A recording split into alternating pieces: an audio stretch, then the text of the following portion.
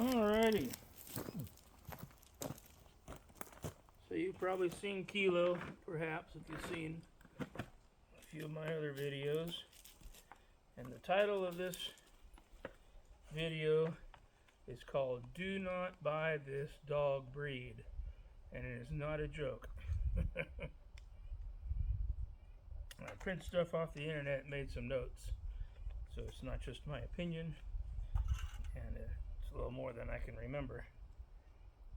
So let me tell you why you don't want to buy this dog breed. And again, it's not a joke. So Kilo here. Kilo, by the way, means protector in Hawaiian. It's a very suiting name. You'll figure out why. So he's kind of a rare breed, purebred, and he's called a Fila Brasilero. And these are one of the most vicious dog breeds on the planet, and that's not an overstatement. In fact, this breed is banned or severely restricted in a dozen or more countries and many municipalities in the United States. Why, you might ask? Well, they were created in Brazil in the 1600s to guard large estates and livestock, hunt large game, including jaguars, and to track and capture runaway slaves. They combine the strength and size of a mastiff with the tracking ability of a bloodhound. Adult males typically weigh 110 to 180 pounds, with exceptional individuals exceeding that range. For comparison, the estimated body mass for an extinct dire wolf vary and are often placed in the 130 to 150 pound range, although the dire wolf was a lot stockier. The official breeding standards from the CBKC or FCI, you can look that up, I'm not going to say the big long Brazilian name. The breeding standard requires a trait written into the specifications called Ojeriza. Now my Portuguese isn't very good. It's spelled Ojeriza. And that means hostile behavior towards strangers. So you can't be a Fila Brasilero if you don't have that trait. No other breed has that requirement. They are likely the number one breed in the world for stranger intolerance. They have an active distrust and aggression towards all unfamiliar people. And it's not fear-based. It's calm, confident hostility. These aren't my hyperbolic words. This is what I grabbed off the internet. They will not accept strangers even after repeated exposure. They are number one in territorial defense persistence. Once a Fila identifies an intruder, it does not disengage. It will pursue, corner, and hold without command. They are extremely resistant to intimidation, pain, or injury. This is why Filas are used where police dogs fail, and why they're dangerous as pets. This dog is not a pet, which is why I say do not buy this breed. They are top tier in owner loyalty and bond exclusivity. This dog lives and breathes to protect me. He gets stressed when I'm not in his sight.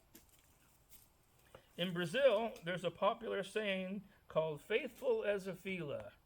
Like if you had a faithful friend, you might say, oh, they're as faithful as a Fila. Referring to this breed, Fila Brasilero. But they will only bond with a very small number of people. There's myself and two females that he loves. Everybody else he wants to kill. And one of the two females that he loves, she fed him for 2 weeks straight while I was on a business trip. And it took 2 weeks of feeding him before he finally warmed up to her. And she's a small little petite girl.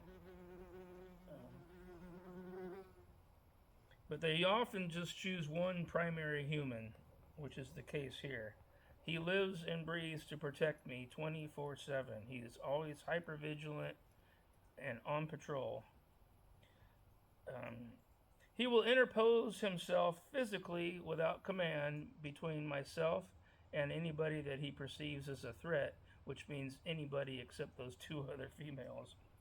And this loyalty is non transferable. If somebody else adopted him, they're not going to have that same um, relationship that I have. So here's an example. Before I moved here, I was at a ranch property in northern Colorado, and one of my rancher friends came to the gate, and I spent $50,000 on fencing there. And my friend came to the gate and parked, and Kilo ran over to me, and this is sort of his modus operandi. He places himself horizontal in front of me to protect me, and then he pushes his hip against my leg really hard so he can keep track of my position while he's looking at the intruder. And then he gets extremely aggressive with his barking and growling and literally frothing at the mouth. And then he charges straight at the person, and he rams the gate, and he tries to jump over it, he tries to climb it, and then he runs back to me, assumes the position of guarding me sideways, pushing his hip aggressively against me again to keep track of my position, non-stop growling, barking, frothing at the mouth, and then charges again.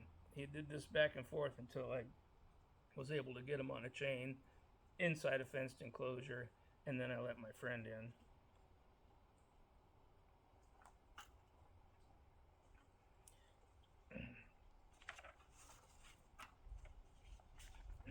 So one of the things about this breed versus other breeds, like perhaps a German Shepherd, is once they're engaged, once they're attacking somebody, you cannot call them off. Before I put this horse fence in, I had a 6-foot wire fence. And then one morning, about 4 o'clock in the morning, he just going nuts barking, and I come out with my little flashlight, and I look, and there's a set of, over there in the trees, there's a set of eyes looking at me about this far apart and about this high off the ground. And I said, oh, it's a bear. Sun will be up in an hour or two. The bear's going to go away. They don't want to stick around with an aggressive dog.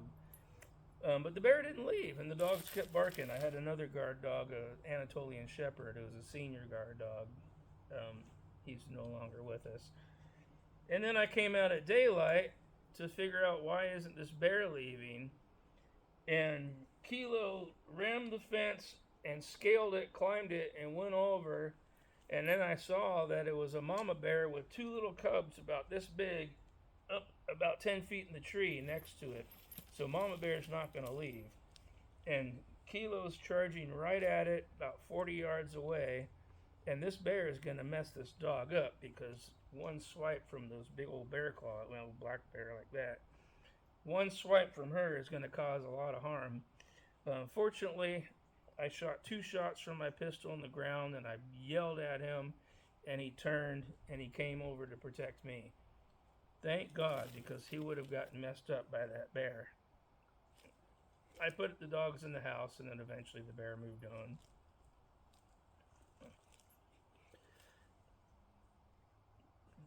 The largest commercial dog house is too small, so I had to hire a shed builder to build me this custom dog house. It's not an inexpensive breed. Going back to the notes that I copied and pasted off the internet, is that they are top tier in pain tolerance under stress. They have an extremely high neurological pain threshold.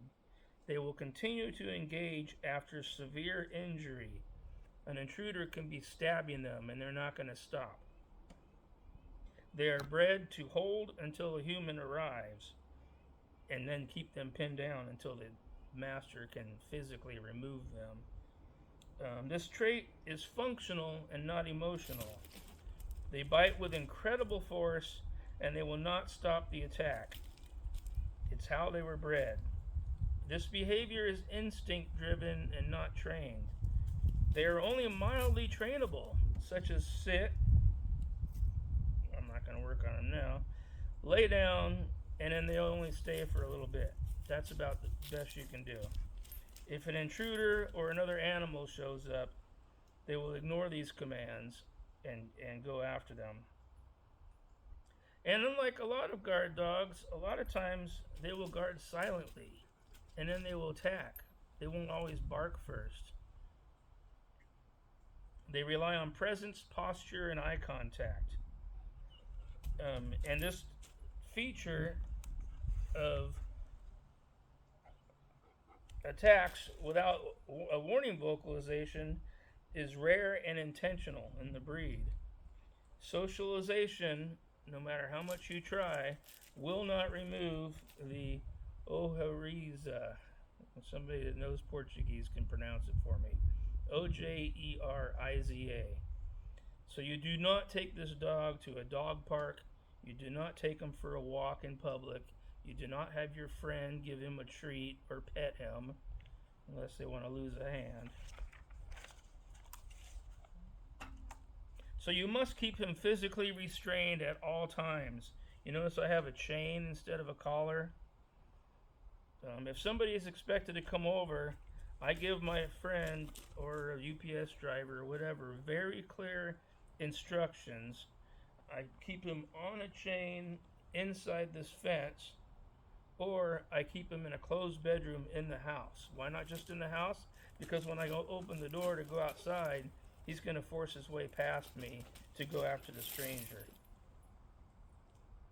He cannot be bribed with a treat or a hot dog. If a stranger shows up, he's intently focused on wanting to get them. And if the stranger throws a hot dog in here with a tranquilizer in it or some stupid, silly trick like that, he's not going to distract and go after the treat or the hot dog. He will continue to focus on the perceived threat and ignore a treat. A treat means nothing to him. I even have to have special arrangements with the vet, which is something you have to do if you get this breed. We schedule our appointments at closing time. The vet closes the business, puts the close sign up, makes sure everybody else is gone. We go in, he locks the door. We don't know how much he weighs because we can't get him on a scale. So for the traits, in summary, for stranger aggression, this breed ranks number 1. For territorial defense, this breed ranks number 1. For loyalty, this breed is top tier. For tracking humans, top tier. Obedience, low. They are not a trainable breed. They are instinct driven. And family pet suitability, very low. Forget it. Do not have this dog around kids ever, or aunts and uncles or anybody else. So why did I select this breed, you ask? Good question. I did a lot of research, and I bought him all the way out of Texas. There aren't very many breeders in the States. And one thing living out here is the sheriff's office, and I'm quoting off of their website, quote, does not actively dispatch deputies to investigate property crimes that are not currently in progress. They still accept and document these incidents for official records and insurance purposes. And they have a form on their website. So if you get ripped off, you can produce the form to show that you reported it to police. That's as far as it's going. I doubt they ever even look at these forms. It's not like the TV shows where you call 911 and the cops come racing. Sorry. And the reality is that in this entire area, they rarely even respond. As an example, down the road, I live at the end of a gravel road that only serves 3 properties. The homeowner was out of state. I knew she was out of state. And right at dusk, there was a black pickup truck backed up against her front door. And so I got a hold of her, and she didn't know about anybody that was authorized or supposed to be there. So I called the sheriff's department. I said, it looks like there might be a burglary in progress here. And the dispatch took down the information. And then the sheriff's deputy called me back. And he said, he's not going to respond. My neighbor got shot at. And my neighbor told me the cops refused to respond. But they'll take our taxes. We don't get any service. Maybe you'll get a speeding ticket. So what do? Without the dog, we have a saying around here that says we are our own 911. We don't call 911, we call 811 so we know where to dig. That's the joke. So what do? If I have a meth head breaking into my shed, taking my tools, am I just going to go out there and shoot him? And spend the next 5 years in court and spend $300,000 on attorney fees and legal defense and civil defense, etc., etc.? So he's a tool. He's a protector. So do I just let somebody just take my stuff? Do I just go up there with a shovel and say, hey, Mr. Meth Head, please stop taking my tools or I'm going to hit you with my shovel? Do I just pull out a gun? That's a pretty serious freaking thing to pull out a gun. That's should be the absolute last option. So I'll turn my dog loose on him. He can deal with the dog while the sheriff decides if they want to respond or not. But he's not going to be stealing any more tools when this dog is on him.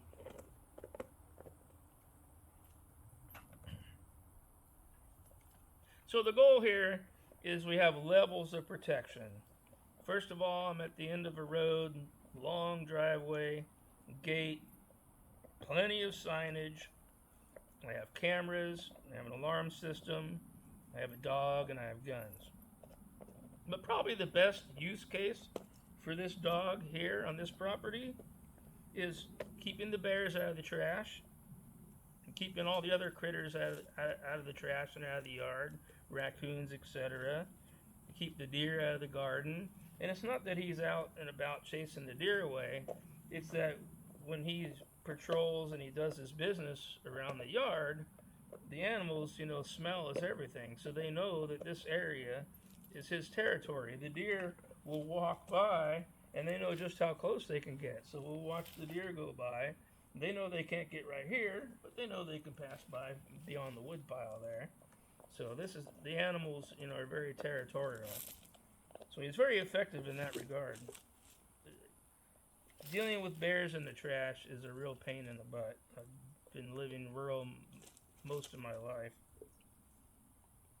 So what if somebody breaks into my house in the middle of the night? Again, am I just going to say, excuse me, what are you doing here, Mr. Meth Head? Am I just going to pull out a gun and say, pew? That's not responsible. So he is always on high alert. He's hyper vigilant. And if somebody were to break into my house, I advise against it. I keep the door locked to protect intruders. He's going to violently confront the stranger with everything he has. And that will likely prevent me from having to use a gun. I'll keep a gun on him. The dog can be attacking him. You're in my house. And then we can decide what to do. I'll back up Kilo. So even if the cops did respond, if I said, hey, I got somebody here at gunpoint, usually gunpoint kind of motivates them to get moving. They're still 30 to 45 minutes or more away. John Steinbeck famously said, when seconds count, the cops are only minutes away. Well, here it could be an hour. What do you do for 30 to 45 minutes if you got a meth head, whacked out person in your house with ill intent? So I'd rather the dog keep the bad guy pinned down for 45 minutes, see if the cops want to respond or not. So it's all part of a master defense strategy, layers of defense. And a lot of that is about not being the easiest target. You want to look like the most hardened target. So if you get a thief cruising around trying to find a house to burglarize, you want to look like this is going to be a high risk venture if they decide to pick this property. So here's a summary.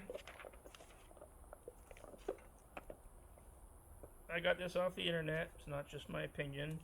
And it says, bottom line, the Fila Brasileiro is arguably the most effective primitive human deterrent ever produced by selective breeding. It is incompatible with modern society outside very narrow use cases, such as what I've described here. It is not a guard dog. It is a human holding weapon system designed for a brutal historical purpose. So I sleep well at night knowing that Kilo is on guard. He's hypervigilant 24/7. It's an exceptional dog breed, but only for very, very narrow use cases. So don't buy a Fila Brasileiro until you know exactly what you're doing and you've researched it, and don't make any assumptions that you're going to train it, you're going to socialize it with your family or your uncle that comes over once a week, they're going to be friends. Not going to happen. He wants to take your uncle's arm off. And I'm not kidding. So he's an exceptional companion and an exceptional employee and tool here on the property, but for very specific reasons. So that's Kilo. You'll be seeing him around on some of these videos. Say bye, Kilo.